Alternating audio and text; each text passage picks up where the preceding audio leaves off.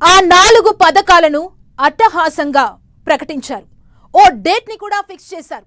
అందుకు కారణం కూడా చెప్పారు. దాంతో ప్రభుత్వ పథకాలు వస్తాయని ప్రజలు ఫిక్స్ అయిపోయారు.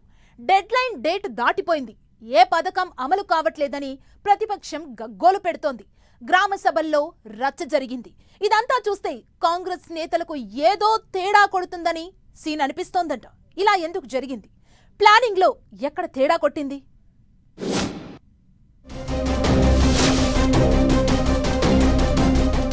ప్రభుత్వ పథకాల విషయంలో క్లారిటీ మిస్ అయిందా? గ్రామ సభల్లో గొడవలకు సమాచార లోపమే కారణమా?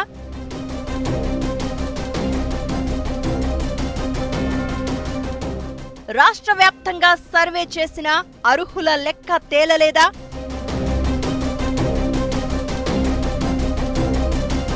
తెలంగాణలో సంక్షేమ పథకాల అమలుపై సస్పెన్స్ కంటిన్యూ అవుతోంది.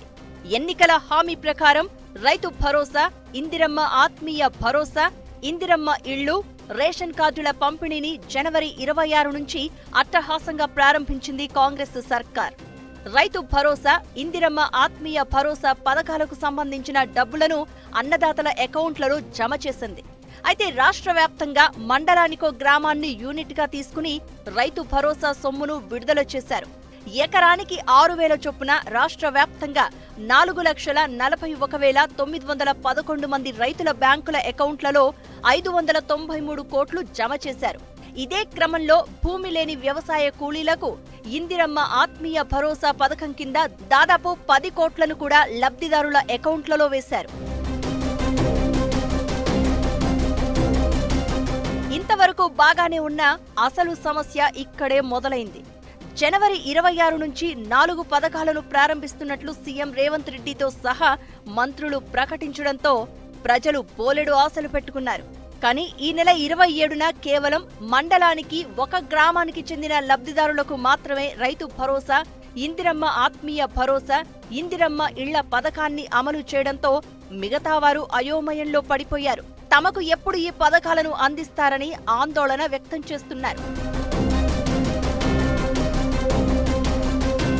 తెలంగాణలో దాదాపు 12,000 గ్రామాలుంటే కేవలం 577 గ్రామాల్లోని రైతులకు మాత్రమే రైతు భరోసా, ఇందిరమ్మ భరోసా డబ్బులందాయి. ఇంకా దాదాపు 11,000 గ్రామాల్లోని 65 లక్షల మంది రైతులకు రైతు భరోసా, 10 లక్షల మంది రైతు కూలీలకు ఇందిరమ్మ ఆత్మీయ భరోసా అందాల్సి ఉంది. వారందరి బ్యాంక్ అకౌంట్స్ లో ఎప్పుడు ఈ పథకాలకు సంబంధించిన డబ్బులు జమ చేస్తారన్న దానిపై క్లారిటీ లేదట. మార్చి 31 లోపు అర్హులందరికీ ఈ 4 పథకాలకు సంబంధించిన లబ్ధి చేకూరుతుందని వ్యవసాయ శాఖ మంత్రి తుమ్మల నాగేశ్వరరావు చెబుతున్నారు. గతంలో బీఆర్ఎస్ ప్రభుత్వం కూడా రైతు బంధును 3-4 నెలల పాటు ఇచ్చిందనే విషయాన్ని గుర్తు చేస్తున్నారు. తాము కూడా మార్చి 31 లోపు రైతులు, రైతు కూలీల బ్యాంకు ఖాతాల్లో డబ్బులు జమ చేస్తామని తుమ్మల చెప్పుకొచ్చారు.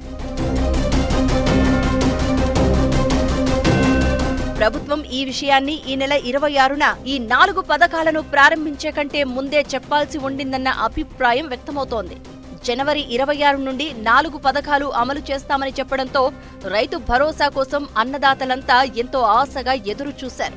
తీరా ఈ నెల 27న కేవలం మండలానికి, ఒక గ్రామానికి మాత్రమే రైతు భరోసా అమలు అవడంతో అసంతృప్తి వ్యక్తమవుతోంది.